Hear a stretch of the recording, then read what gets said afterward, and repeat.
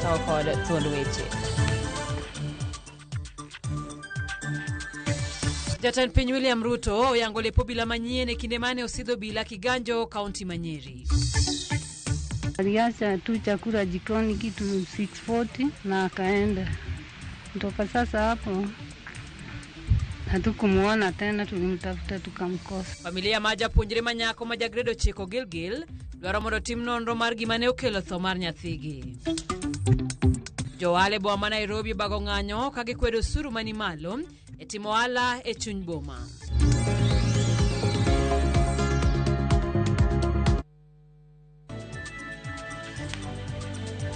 Machiegni tuji kodwa namba mar ote machuok na ria deka uchieng' na nono ka kamano bende yudo wa embui duto mag oganda Ramogi TV.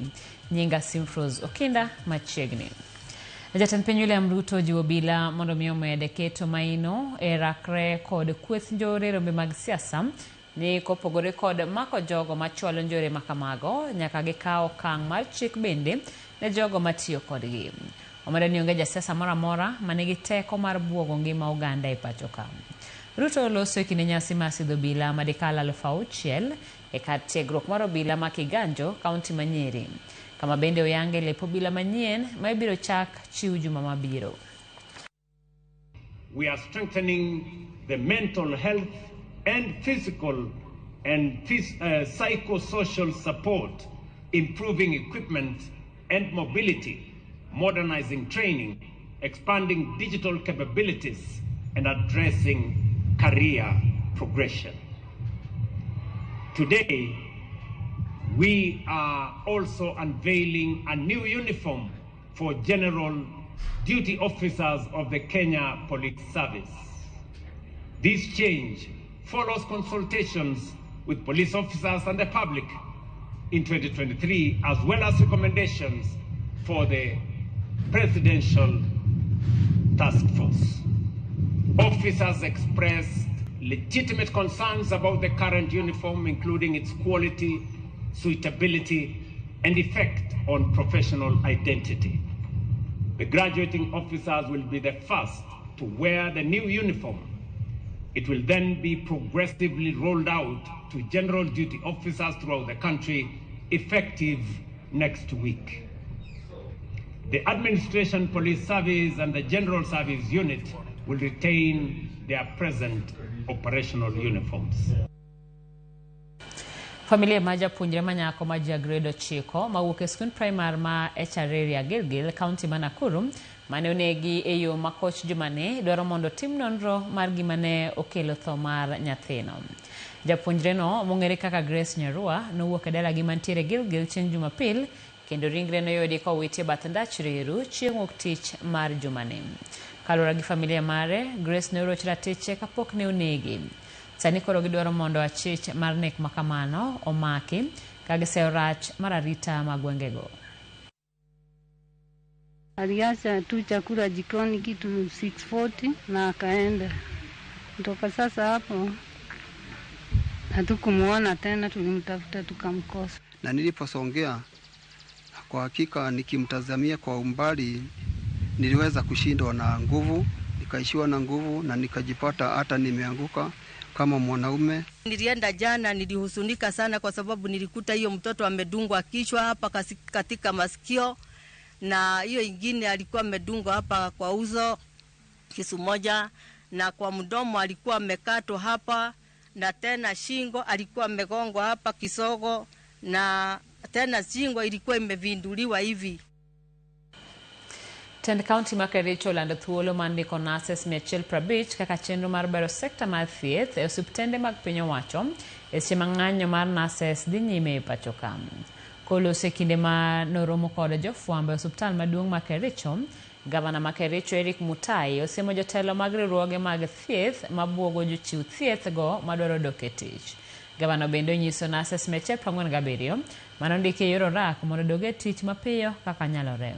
Moingo nurses 400 e kaunti ma Kericho pod dhi nyime gi ng'anyo kuom thuolo moingo dwe achiel sani. That will not report to work by end of today shall be automatically dismissed from work henceforth. We are paying you salary After this press conference, we are raising an advertisement right now to recruit close to 150 nurses immediately so that services can resume. We are asking our children from this county who are trained nurses and they have licenses to present their documents to the nearest facility before Monday.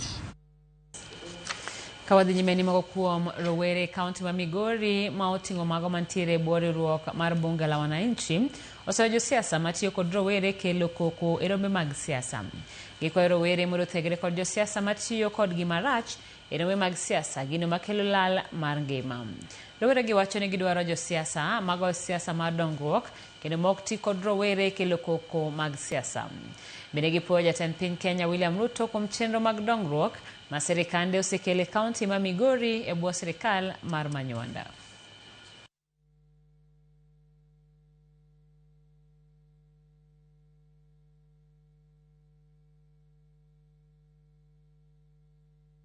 Wafwenyo ni nyithindwa matindo tindo itiyogo mondo dhi okel tulo kuonde mamoko. Okawa mor nikech ka diri tiyo kendo in ga dieri gi tiji madhi teri mbele to onge tiende mondo inya tulo kitiyo gi nyithind joweteni. Wakwayo ni josiasa duto madwa timo siasa gitim siasa e yor kwe. To japiny awuoyo sana gi vijende wa mitiyogo marach. Adwa ni penjri maber ni samise dhi wito ngimani kacha. Ere konyruok kata ma jodala wuo bedogo umiyo mine bedo gi chuny malit. Wadhi bedo gi leaders chiefs, wadhi bedo gi members of county assemblies, wadhi bedo gi MPs, member of national assemblies. Bondo wabed kod piny wawuo bondo weche mag gunism mar tiyo gi nyithindo bondo rum. Wadwaro ni bondo migima gitim malich ahinya en kelo dongruok. Wadwaro ni giger factories, giger industries bondo nyithiwa gi oyud kuonde ma ginyalo dhi mondo gikete lwetgi giyud gima ginyalo konyogi. Kawadhi nyimeni jagoro migao mar weche mochung'ne rowere pacho ka Jacob Fikirini otelo ne chenro mar keto okenge mag yiero jotend rawere pacho ka e kar tiegruok mar jotije sirikal kaka yo mar tiyo makare kod katiba mabiro bang' dhialo chieng' katiba higni 16. Koloso kod jofwambo, Fikirini omedo ni rowere owinjore omi thuolo mar bedo gi thuolo e chenro mag demokrasia kendo ti kode e yo makare mondo mi kik duokgi piny e yo moro amora. One of the key reasons, which is a philosophy of the State Department, why we involve the county governments is because we are serving the same person. I have said time and again that we do not have a youth for the national government and a youth for the county government. We have a youth of the Republic of Kenya who deserves to get services and attention from the government. There is need for young people also to be represented, can have a legitimate voice, can be heard. Moko kuom gwenge e kaunti ma Nyandarua yudo achiedh nade mar ngaji kalore gi oro mosekwako alworano mokel gi nok mar koth. E ward ma Kaimbaga kar chung' od bura ma Ol Kalou, jodak ma kono ywago reyo ka gidwaro mondo mi piny owacho okonygi e kedo kod midhiero mar oro. Jodak koro dwaro mondo sirikal okonygi kod chiemb kony gi kothe ma ginyalo komo.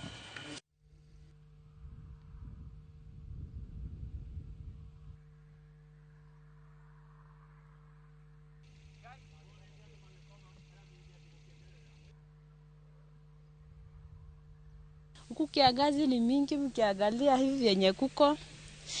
Na raundi hii season tulikuwa tumepanda mahindi na mahindi jawe, sio watu wote tumevuna mahindi. Especially huku jua mvua iko kunyesha, yani mingi sana vile tulikuwa tunatarajia. Tunataka kusaidiwa kama wanaweza kusaidiana, atusaidie kwa maana tuko na masida mengi sana ya chakula. Najua kwa maana tumepanda, tukimaliza kupanda mvua ikaenda. Sasa ikakaukia chini. Imeharibika kabisa. Ile imekuwa ati ni mrefu kama ikuwa saizi hivi. Na hakuna mtoto imebeba. Sasa tunaomba serikali kama kwa unyenyekevu atusaidie na chakula, hata angalau tusukume kabla hii mvua inasemekana ikuje, na tena watutafutie mbegu ya kupanda. Na tena ile mbegu mzuri inawezana na area hii. Juu hapa panataka mbegu inaenda haraka haraka. Juu ya hii kiangazi inataka mvua ikinyesha mahindi inakuwa halafu isikutiliwa na jua. Jodak kachiel gi jotimo ohala mayudore madogo kaunti ma Tana River olero ni ok gimor kaka sirikand kaunti no oseikore mar rakruok gi midhieche makidek nenore kaluwore gi kodh El Nino mabiro chako chwe dwe mar 10 mar higani. Giwacho ni yore ma pi kadho godo odin gi ute mag timo ohala moger kamoro amora e alworano kakoro gidwaro mondo migawo mowinjore kaunti no odonjre wachno kapok kodh El Nino chakore.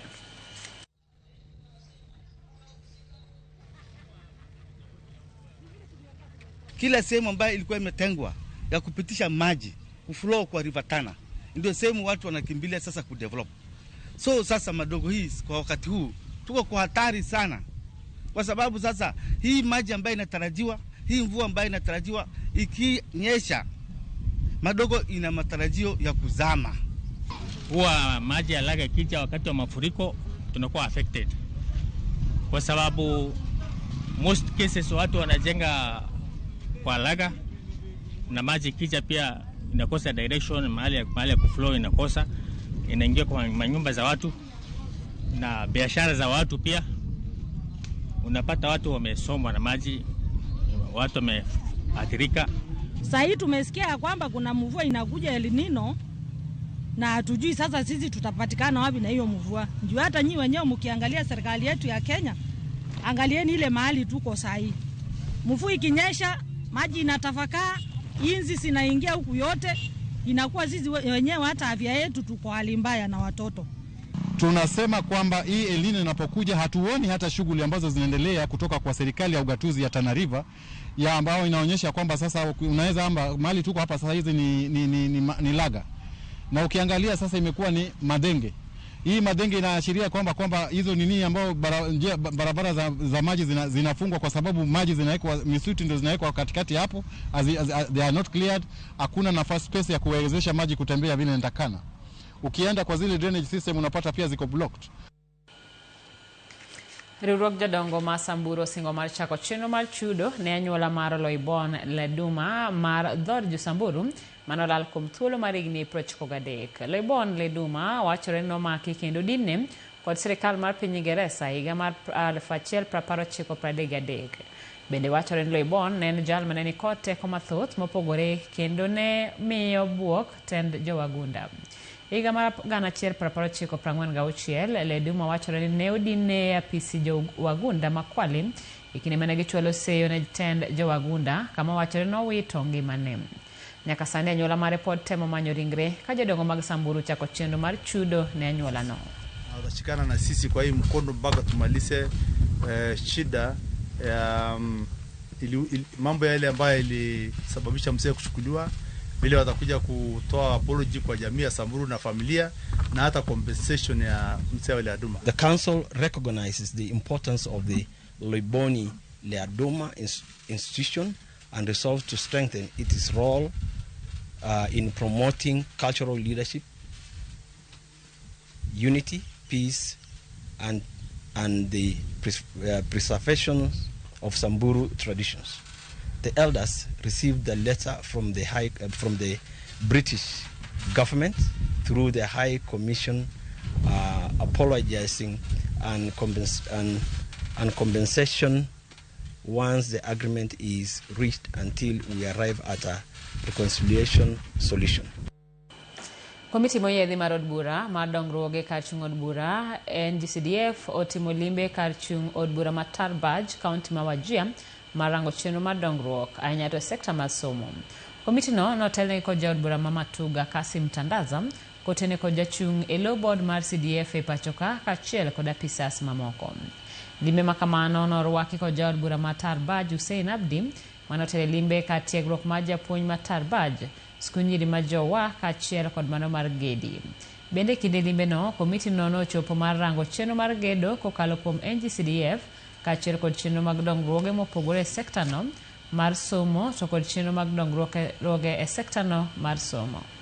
Miradi ambayo constituency inafanyika na inafanywa na NGCDF na vile wamefurahia kwamba mengi yanafanyika kutumia hazina hiyo ya CDF karibuni sana, na nyinyi mmejionea yale ambayo tunafanya kama ulivyosema Chairman, Tarabaji Teachers Training College vile ilivyofikia, na ni college ambayo iko miaka miwili tu umri yake, na ile kiwango ya maendeleo ambayo imefanyika mpaka sasa. Tumeona miradi ambayo kusema kweli imefanyika vizuri, imefanyika na pesa imetumika vizuri, na miradi yenyewe ni ya kupendeza. Lakini zaidi ya hapo, wale watu ambao wamenufaika na hiyo miradi ndio ambao imetupa moyo zaidi. Kusema kweli, kama sio NGCDF, sidhani maeneo haya yangekuaje, kwa sababu kama hapa tulipo ambapo ni shule ya Gidheloli Mixed School, ni shule ambayo imeanzishwa na NGCDF. Riwruok mar National Taxpayers Association komako rekod riwruoge mamoko e pacho ka medo chiwo puonj ne oganda e wi dwaro margi mondo med osuru ne ndawa kod mwandu mawuok e ndawa, kaka yorno ne tiyo kod mwandugo odwok piny kendo bero ngima oganda. Gimedo jopur ndawa ibichiwnegi puonj e wi pidho kothe mamoko mar bero ngimagi kod mag oganda mamoko. Otieno Joab miyo waler. E kinde romo manobagi kod riwruok mar National Taxpayers Association e magawa moro e boma ma Nairobi, kama riwruok mamoko momakore kumoting'o duol machoko osuru KRA, migawo mar omenda, migawo mar thieth kinde mamoko, kama thor wachne en medo osuru ne ndawa mar reso ngima oganda. Riwruok mar NTA kotelnegi kod Patrick Nyangweso lero ni medo osuru ne ndawa kod mwandu mage biro medo bech ndawa, chal mabiro goyo chuny oganda mathoth kachiel kod keto pesago ne thieth mar jotuo mag tuoche mokel kod ndawa.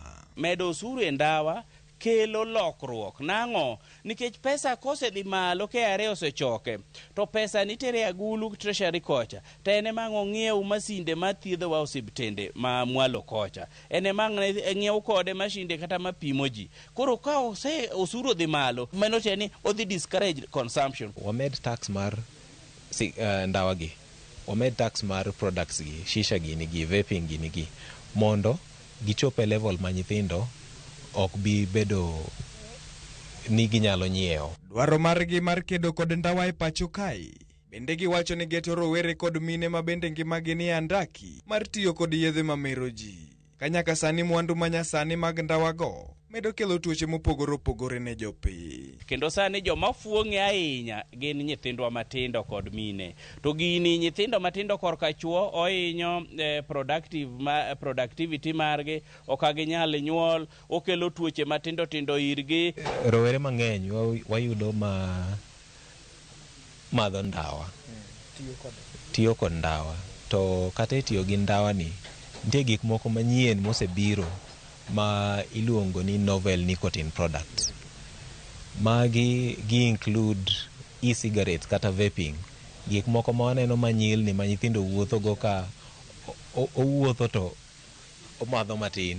Bende gichwalo ywak ne sirkal mondo olos kuma kare mar tiyo kod yedhe mamero jigo mabor kod kuonde ma oganda odakie, ni mar jok ma ok fuong' ndawa ching' bende koro ngimagi ni kuma rach. Smoking zones ka obed categorized kuonde mopogore opogore ma ing'eyo ni kidwa madho ndapino tere kacha, nikech wan waonge teko mar lore. Kata ok madho ndawa to in machiegni kata onyuomi gi ng'ama madho ndawa, ng'e ni tuoche go nyaka maki. Kata bed ni nitiere jopur mangimagi otenore kod pur mar ndawa, riwruok mar piny ngima ewi pur FAO osechako chiwo kothe mamoko ma inyal pidhi kopogore kod ndawa magiwacho ni ketho alwora, kachiel kod keto ngima jopur kuma rach. Mondo mi gwenge wa odongre, joma puro ndawa wamanynegi alternatives kaka gimwaluongo ni sustainable livelihoods. Wawuoyo kod joket mwandu e Kenya ka mondo joma puro ndawa mawinjo wasechegi owe beto yiende ni kao ni chwako godo leaves mag ndawa. Otieno Joab, Ramogi TV. Erokamano na Joab sigana mar Otieno Joab. Notero wa ywe mokwongo chenro en mar migago kidhi mabor, chenro mar migago dhi nyime tok yweyo.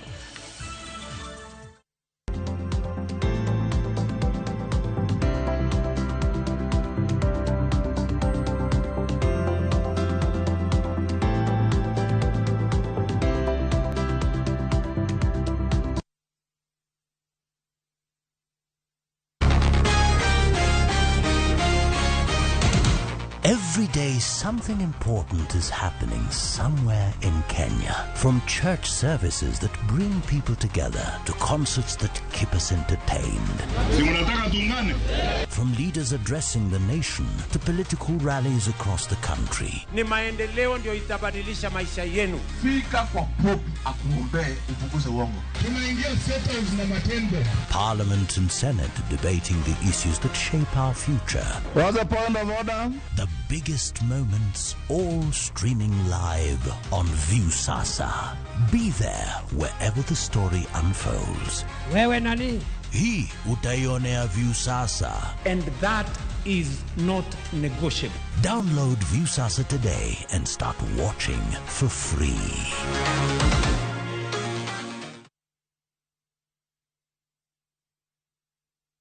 Yesu wangu, kama si wewe mimi singekuwepo.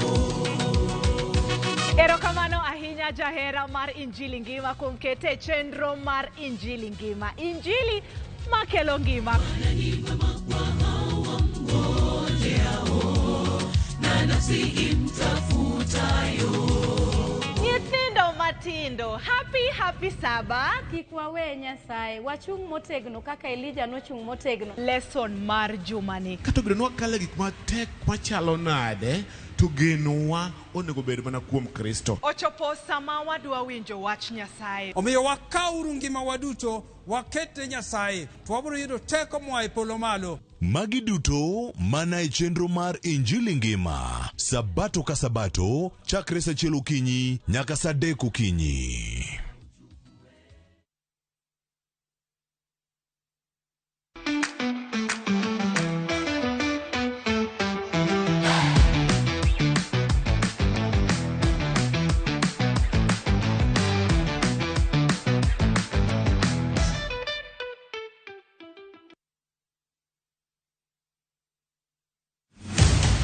Negino siepe mangita gidel. Niti engima naka, to ananyalo timone gimoro amora. Kata kamano, sama nyiego mako ng'ato, winjruok manie kindgi nyalo badhore ahinya. Osechiwre yo maduong' ahinya e odni. Koro ang'o momiyo notimre kode kama? Riekni mang'eny mag wuondo ji ne omiyo osiepeno olalo geno chuth. Hera mane nitiere kinda kae gi pari en gima oserumo.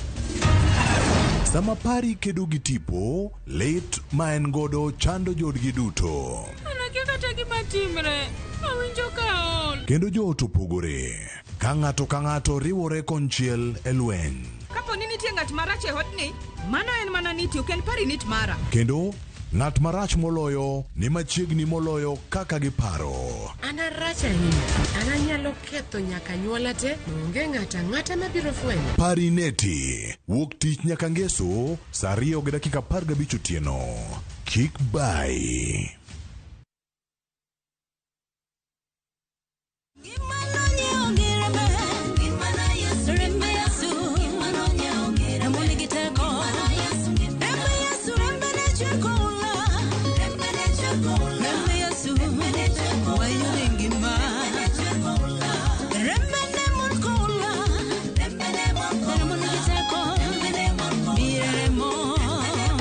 Mondo yudwe ndani kaka skiza timari dimana star aboro auchiel nono star ang'wen achiel ochiko hash. Parnia Ramogi TV en od jowende duto te. Idonjo kae nade? Wuoge oda. Dele, adwanwa wuo. Onge gima wacho kodi osingo. To donge joma kendore nyalo ga kuotho seche moko koso? Mana miwuoyo na kamano. Ramos ka wacho ni marach. Ok adwa winjo wechegigo. Chakuthi dok umiaye. Warite gi kae. Ne, nyako. Oro jaber, karibu Sibo Beach. Kama kae kumiluongo ni chuny kado. Tin ok midekri. Akwenye nade jaber. Amanyo ng'at miluongo na kwan. Pres bineno kake dhako ni ok garna.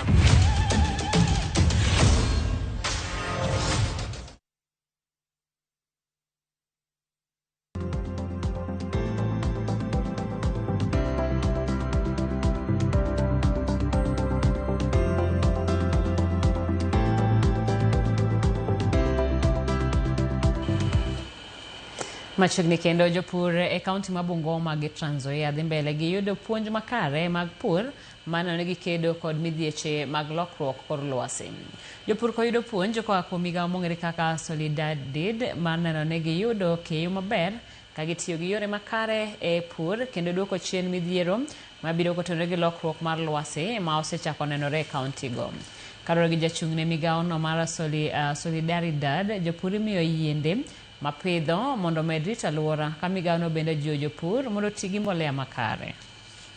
Emission of carbon dioxide to the atmosphere that will lead to the depletion of the ozone layer, and here we are talking about planting of trees.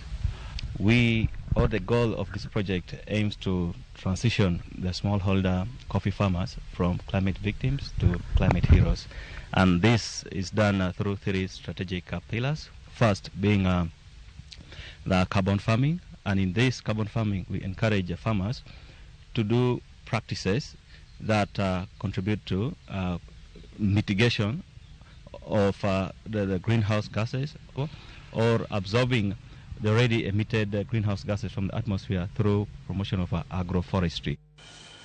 Jopith mag punde pacho kae dwaro mondo oket chike magayo kuonde ma osebed kae chinje punde pacho ka. Kagilose kaunti ma Nakuru, weg pundago oseyo e okang' mager jok ma osebedo kagolo chik mar chinjo punda, wach mosebedo kae ngima mag punde. Riwruoge makendo ratich jamni bende ochiwo siem ni medruok mag ohand ringre punda bende biro kelo dok chien mag kwan punda e pacho ka. Kichinjio ya Kithioko katika Machakos County ifungwe, na sasa ni kama wanataka kufungua hiyo. Wanataka kurejea tena katika Naivasha County, na wakasema hati watu walifanya participation. Nilikuwa huku na niko huku. Nimesikia katika community wanasema hakuna ambayo walifanya. Tunataka hii slaughter houses zifungwe na tutritiwe kama Wakenya wengine, kwa sababu Turkana pia ni Kenya. Wakifunga slaughter houses kama ya Kithioko, wafunge pia Turkana. Serikali ilitoa hiyo uamuzi wa kusimamisha na uchinjaji, lakini bado unaona usafirishaji wa viungo vya huyu mnyama kama ngozi na nyama. Hilo ni swala ambaye bado tunajiuliza kama wafugaji ya kuwa ni nani huyu anayepeana huu mwanya ya biashara hii kuendelea chini.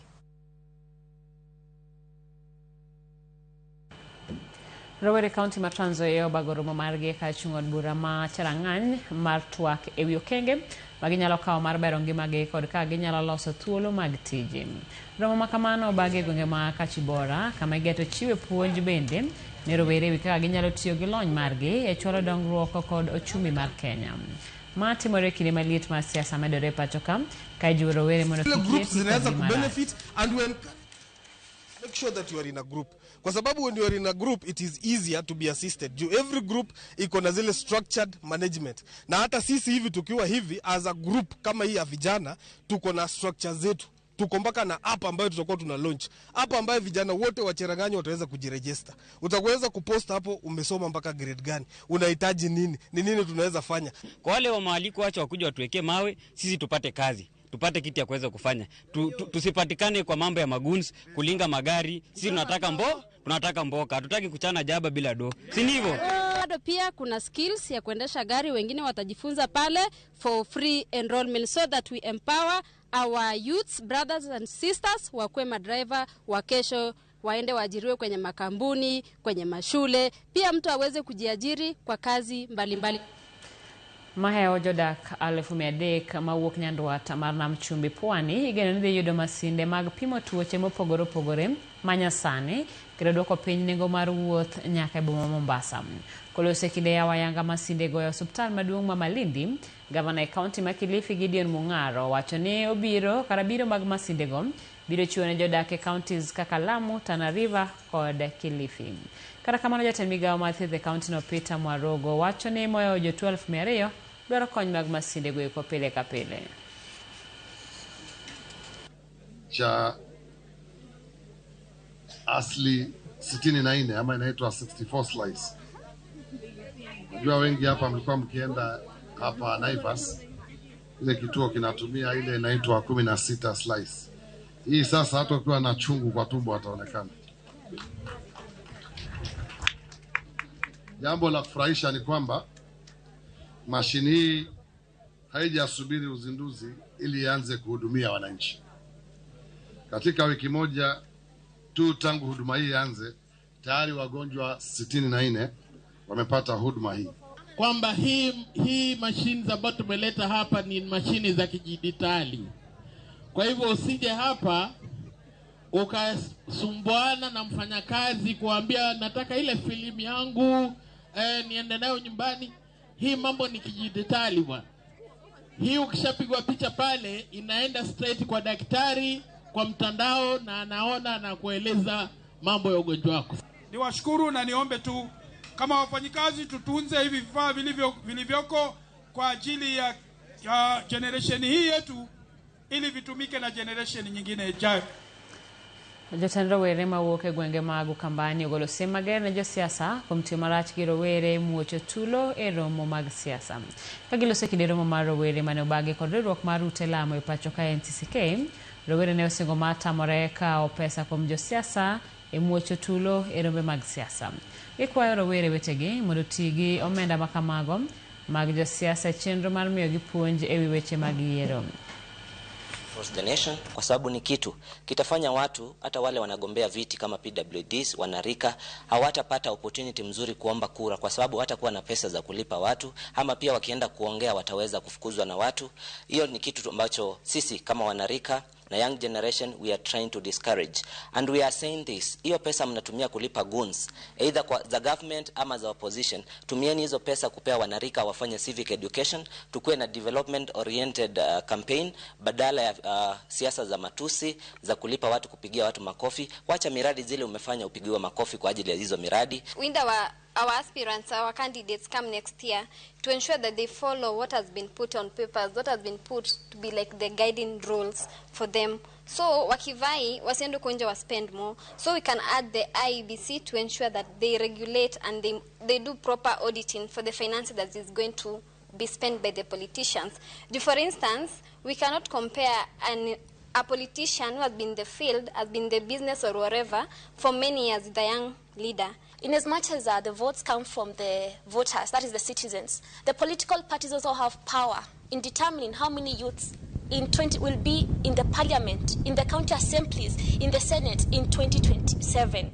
So to the political parties, please be reminded that the young people of Kenya are not just problems to be solved, they are also assets to be developed. So are the young people the biggest demography, but the least represented in the houses where it matters?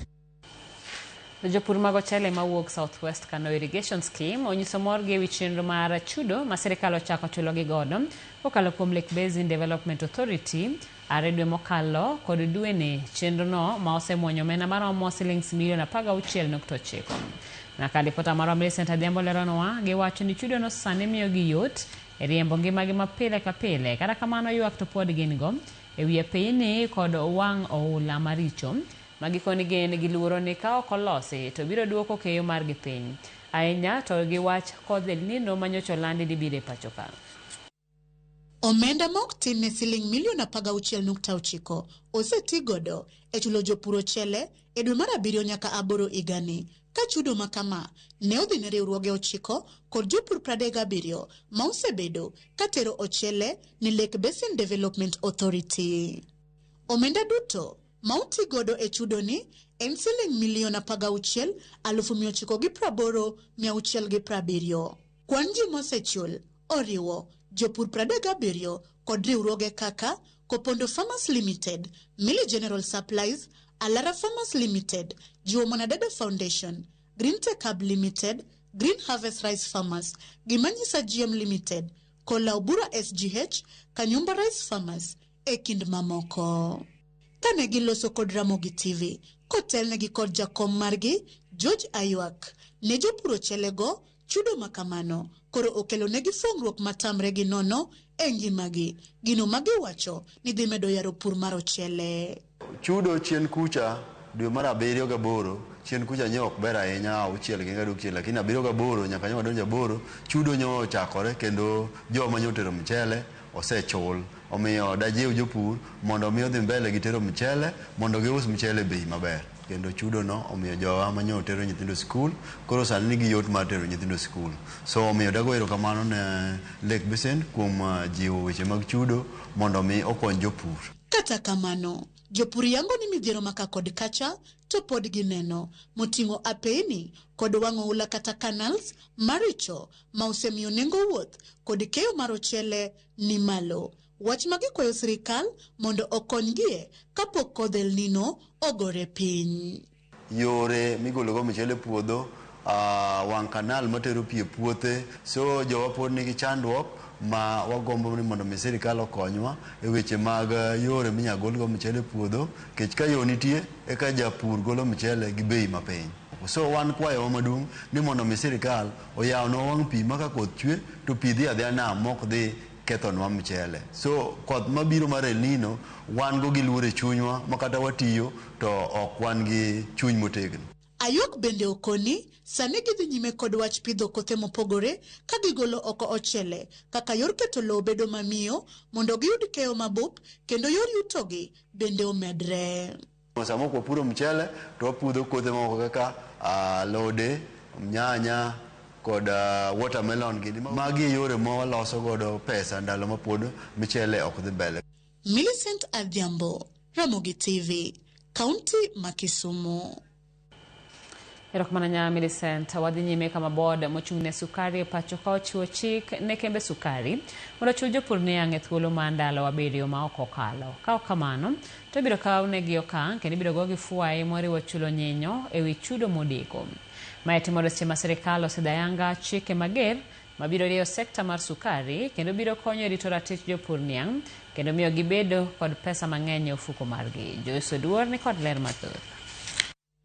Gikone to jopur mag niang' nyalo buonjo tok bod mochung'ne sukari e pachoka Kenya Sugar Board golo chik mondo jopur niang' ochul e thuolo mar ndalo abiriyo tok tero niang' e kambi sukari ma ok oleo kendo kang' mager ibiro kawne kembe ma odeko chulo jopur. We have developed standard contracts that have penalties so that if there are any delays in payments, the miller is penalized to pay the farmer with some interest on top. And over time, the standard time for payment to the farmer should be 7 days upon delivery. Jatatije maduong' mar board no Jude Chesire wacho ni kaka yor gayo midhiero ma jopur niang' osebedo kakale, wach pimo niang' e ratil ibiro wit oko kaluwore ni mano osemiyo jopur lalo tons 3 mag niang' e trela ka trela kendo miyo gilalo omenda mabopa. We are in the process of procuring a mobile weighage so that our enforcement officers are able to do the random checks. And with that, I'm sure we should be able to reduce this kind of exploitation. Bende olero ni sirikal ochako chenro mar pimo rang'iny mar niang' e seche ma sekta no ochomo kama japur ibiro bed ka ichulo kaluwore kod rang'iny mar niang' ma ok kilo mar niang'. They wanted to change the system of payment from weight to quality so that the farmer enjoys a good price, and it also removed the issue of exploitation, especially at the weighage. Kuom mano, jopur onyis ni ka chop tarik 10 dwe mar 9 higani oyud ka giseketo okenge makare mag tong'o niang' e seche ma sirikal bende temo rieyo lai mar tong'o niang' kod tero niang' e kembe kendo tieko wach deko tong'o niang'. Millers are expected, whenever we review their licenses on a yearly basis, which is part of the government financial year, that they should have a cane harvesting framework. Cane harvesting framework. They should have a timetable to avoid this kind of situation. Because once you receive a permit, it is expected that the following day, the cane harvesters are there and the truck is there to deliver. Chike mager ma oket mag rito ratich jopur niang' e pachoka biro e seche ma sekta mar sukari osebedo ka temo chiera kendo timo maber. E higa mar 2024, sukari mane orege pachoka ne en metric tons 815,454, kwan mamalo mogik mar sukari ma osereg e pachoka. E higa mar 2025, sukari metric tons 611,576 ne orege pachoka ka e kind dwe mar 1 nyaka 7 higani, Kembe sukari oserego sukari metric tons 1,528,875. Kata obedo ni sekta mar sukari osebedo ka chiere pachoka, nok mar sukari to podi nitiere e pachoka. Joyce Oduor, Ramogi TV. Oduogi boma Nairobi kama wego elni matendo e boma Nairobi obago ng'anyo mar sundo piny owacho ewi osuru mage wacho ni malo kendo ichoko kod duol mar KRA, chal ma osemonogi yudo yuto makare.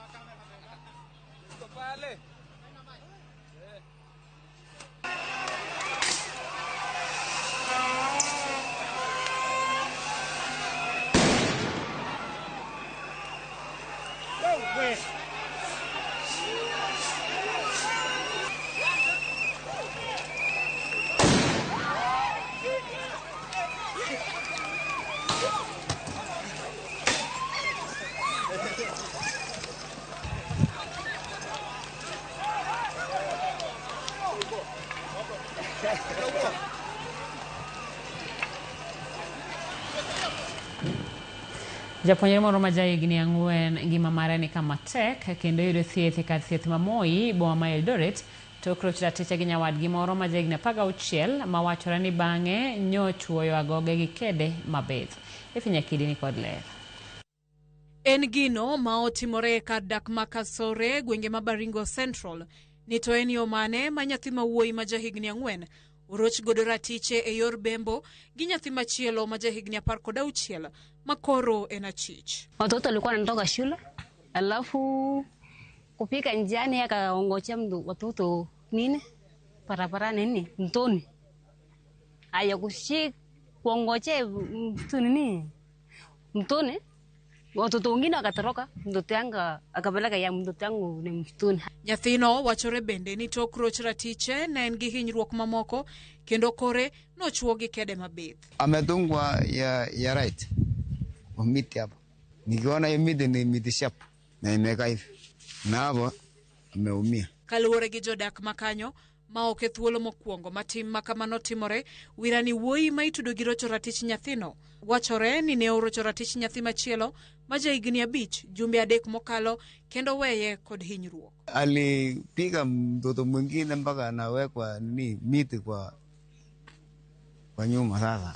Na mtoto ni size hiyo. Anapendea watoto wadogo kinyonga kufanyia vitu mbaya. Chal makamano osechuno jonyuol ko nyithindgi skul okinyi ka okinyi. Kila mtu naenda na mtoto yake, hata yangu nikienda sanda naenda na yangu. Kwenda nyumbani naenda na yangu. Wakienda shule mimi naenda naye. Kwa sababu hakuna namna. Obila matesendo bila makabane to ochopo kanyo mako achijno kendo dayo dho jodak. Gwenge Makasore kod Sesia duto mayudore gwenge ma Baringo Central wachore ni gin mago machala rita oserochore kendo yande joma mine obago ng'anyo kanyo e wichal arita. Hiki chana apelekwa asinini tena asirudi juu tunaogopa vile watoto wetu wakikuja shule anaongojea njiani. Hii ndio taende mbele afungwa. Efinya Kidi, Ramogi TV. Oganda Luma yudo ni wengo magi yor talanta ojiw mondo riwre kanyakla kendo mak lwetgi e okenge mag ting'o malo sekta mar miyo ji mor. Kagilose kinde nyasi mar yawa yanga riwruok madhi kelo kanyakla jothum kod jomi ji mor mong'ere kaka Onage Creative Sacco e buore Nairobi. Jod bura ma Uriri Mak Nyamita kod Felix Oduor Malang'ata ne ojiwo jothum mag oganda Luo mondo oti kanyakla. Giwacho ni sekta mar miyo ji mor nigi thuolo maber mar loso thuolo mag tije, loso mwandu kaachiel gi ting'o malo ngima mag jothum kod jomi ji mor poni gitiyo kanyakla. Nyamita bedo jiwo jothum mondo odonj e riwruog Saga kaka yo mar bedo gi dongruok.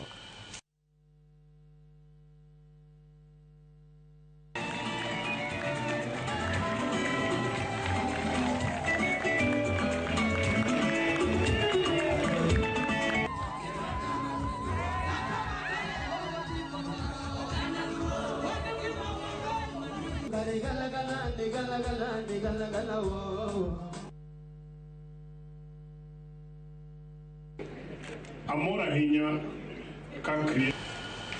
Nakono gimano kelo wayo machielo chenro en mar migago kidhi maboro aduogo kod weche manie pautuke.